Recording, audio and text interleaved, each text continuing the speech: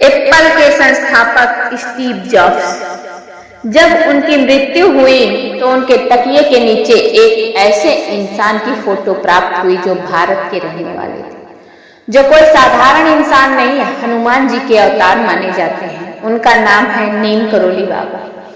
केवल Steve jobs ही नहीं, Facebook company के मालिक, यहाँ तक कि बड़े बड़े हॉलीवुड सितारे, बड़े बड़े बॉलीवुड सितारे उनके भक्त हुआ करते हैं। हार्वर्ड यूनिवर्सिटी के एक बहुत बड़े मैथमेटिक्स के प्रोफेसर भी उनके भक्तों की लिस्ट में सबसे ऊपर है। नीम करोली बाबा इतने ज्यादा चमत्कारी बाबा थे कि उन्होंने अपने जीवन काल में पानी को घी में बदल दिया। एक रात एक साथ 1000 गोली खाए थे, उसके बाद भी वो 1000 गोलियां इनका कुछ नहीं बिगाड़ सकी। नीम करोली बाबा वो बाबा थे जिन्हें जब एक बार ट्रेन से उतार दिया गया था तो जो ट्रेन थी वह बीच जंगल से आगे नहीं बढ़ पाई। दोस्तों, आज हम आपको नीम करोली बाबा के जीवन की एक ऐसी सच्ची कहानी सुनाते हैं जिसे सुनने के बाद आप बहुत ज्यादा हैरान हो जाएंगे। इतने ज्यादा चमत्कारी पुरुष थे नीम करोली बाबा। आज भी देश विदेश के बड़े बड़े पढ़े लिखे लोग जो विज्ञान से बहुत अधिक जुड़े हुए हैं, वो भी उनके मुरीद हुआ करते हैं। नीम करोली बाबा, बचपन में इनका नाम लक्ष्मी नारायण जी था। इनका जन्म 1900 के आसपास उत्तर प्रदेश के अकबरपुर में एक गांव में हुआ था। केवल 11 वर्ष की उम्र में इनका विवाह हो गया था, लेकिन विवाह के कुछ दिनों के बाद इनका मन सांसारिक सुख से उठ गया। एक तरीके से देखा जाए तो यह जीवन को अच्छे से समझ चुके थे। इन्होंने अपना घर छोड़ दिया और घर छोड़कर कहीं बहुत दूर चले गए। उनके घर छोड़कर जाने के कुछ सालों बाद एक बुजुर्ग आदमी रहे होंगे, उनको यह कहीं दिखाई दिए। उन्होंने लक्ष्मी नारायण के पिताजी को बताया कि आपका बेटा इन हालातों में यहाँ पर रह रहा है, उसे घर बुला लो। पिताजी को जब पता चला तो पुत्र मोह से बच नहीं पाए। उन्होंने जल्दी से जल्दी अपने बेटे को अपने घर बुला लिया, परंतु घर में वापस आने के बावजूद भी उनका मन नहीं लग रहा था। उसके बाद वह फिर से अपने घर में सबको बताकर घर छोड़कर चले गए। इस बार उन्होंने एक ऐसा रास्ता अपनाया जिससे फिर वह कभी लौट कर नहीं आए। उन्होंने सारे मोह को ठुकरा दिया था। अब अपने जीवन काल में नीम करोली बाबा ने काफी सारे मंदिरों का निर्माण कराया। कैंची धाम का निर्माण कराया जो कि नैनीताल में है। यह इतना ज्यादा चमत्कारी मंदिर है, हनुमान जी का मंदिर है। स्टीव जॉब्स जब बेरोजगार थे, उन्हें कुछ समझ में नहीं आ रहा था कि जीवन में क्या करना है। वह भारत आकर नीम करोली बाबा के कैंची धाम मंदिर में आए। जब वह यहाँ पर आए तो थोड़ा लेट हो चुके थे, क्योंकि उस समय बाबा अपनी समाधि ले चुके थे केवल 1 साल पहले। लेकिन धाम में आने के बाद, धाम के दर्शन करने के बाद जब स्टीव जॉब्स वापस अमेरिका लौटे, मानो कि बड़े बड़े आइडियाज उनके दिमाग में आने लगे। और इसके बाद देखा जाए तो एप्पल कंपनी का निर्माण उन्होंने कर दिया। आज भी बहुत सारे लोग यह मानते हैं कि एप्पल कंपनी किसी और की नहीं बल्कि नीम करोली बाबा के आशीर्वाद की वजह से ही चालू हुई। खुद स्टीव जॉब्स ने काफी सारे इंटरव्यू में क्लियरली कहा कि दरअसल ये सब कुछ नीम करोली बाबा की कृपा से हो रहा है। एक बार की बात है, नीम करोली बाबा बड़े हो गए थे, जीवन के शुरुआती दिनों को काट रहे थे, तो एक जगह से दूसरी जगह जाना था तो उन्होंने ट्रेन का उपयोग किया। उस समय उनके पास ज्यादा पैसे नहीं हुआ करते थे, तो उन्होंने ट्रेन की टिकट नहीं ली और बिना टिकट ही ट्रेन में चढ़ गए। ट्रेन जा रही थी और टीसी सबकी टिकट चेक कर रहा था। चेक करते करते बाबा के पास पहुंचा। बाबा की टिकट देखा, टिकट तो थी नहीं। वह इतना ज्यादा गुस्से में आ गया, उसने तुरंत ट्रेन की चेन खींची और बाबा को बीच जंगल में नीचे उतार दिया। अब क्या था, ट्रेन वापस से चल रही थी। सभी लोगों को पता था कि ट्रेन चलने वाली है, लेकिन ट्रेन तो वापस से चली ही नहीं। सबको पता था कि कोई आदमी है, उसको ट्रेन से उतार दिया गया है। टीसी बहुत गुस्से में है, इस वजह से ट्रेन को रोका गया था। ट्रेन के आगे बढ़ने का समय आया, लेकिन ट्रेन चालू ही नहीं हुई। नया इंजन लगाने के बाद भी नहीं हुई। सब लोग हैरान हो गए। जितने पैसेंजर थे वह भी हैरान थे, अफसर भी हैरान थे कि पता नहीं ट्रेन आगे क्यों नहीं बढ़ रही है। क्या परेशानी हो गई है, ये बात किसी की समझ में नहीं आ रही थी। 3-4 घंटे पर वही बीत गए। बाबा बगल में कहीं खड़े हुए सब कुछ देख रहे थे। ट्रेन में कोई ऐसा सवार था जो बाबा को जानता था। उन्होंने टीसी से जाकर कहा कि आपने बहुत बड़ी गलती की है। अगर आप चाहते हैं कि ट्रेन अपनी जगह से आगे बढ़ जाए और कोई दुर्घटना ना घटित हो तो बाबा को मनाएं और वापस उन्हें ट्रेन में बिठाएं, तभी यह ट्रेन आगे बढ़ पाएगी। इसी में सबकी भलाई है। टीसी ने सोचा कि शायद ये सही है, मुझसे गलती हो गई। वो बाबा के पास जाते हैं और अफसर भी बाबा के पास जाते हैं। बाबा से माफी मांगते हैं और बोलते हैं कि कृपया आप ट्रेन में बैठें, वरना ट्रेन नहीं जा पाएगी। बार बार उन्होंने बाबा से रिक्वेस्ट किया, बाबा ट्रेन में चलिए। बाबा एक शर्त पर ट्रेन में जाने के लिए तैयार हुए कि यहाँ पर एक रेलवे स्टेशन का निर्माण कराया जाए। बाबा की इस शर्त को सबने मान लिया। इस घटना के बाद ही बाबा का नाम नीम करौली पड़ा।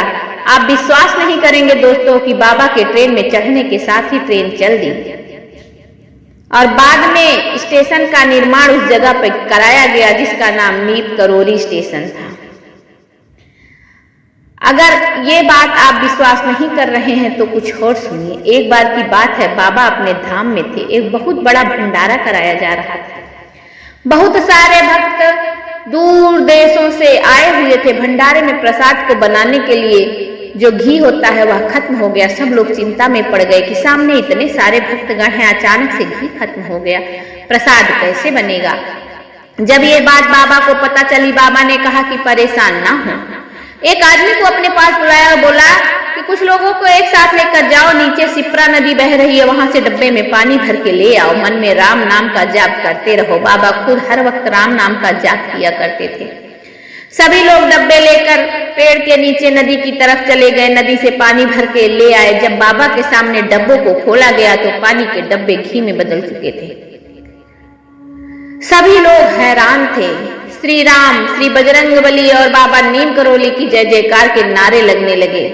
भक्तों के सामने बराबर मात्रा में प्रसाद का वितरण हुआ। इस घटना में भी आप अगर यकीन नहीं करते हैं तो एक और घटना सुनिए। एक बार की बात है, एक दंपत्ति हुआ करते थे। दंपत्ति का जो बेटा था वह द्वितीय विश्व युद्ध में ब्रिटिश सरकार का साथ दे रहा था और उनका सैनिक था। भूटान में तैनात था और युद्ध बड़े खतरनाक तरीके से चल रहा था। काफी समय बीत गया, बेटा वापस नहीं आया। दंपत्ति बड़े ही ज्यादा दुखी थे। एक दिन बाबा उनके घर आए। सभी लोग टेंशन में थे कि अचानक से बाबा हमारे घर कैसे आ गए।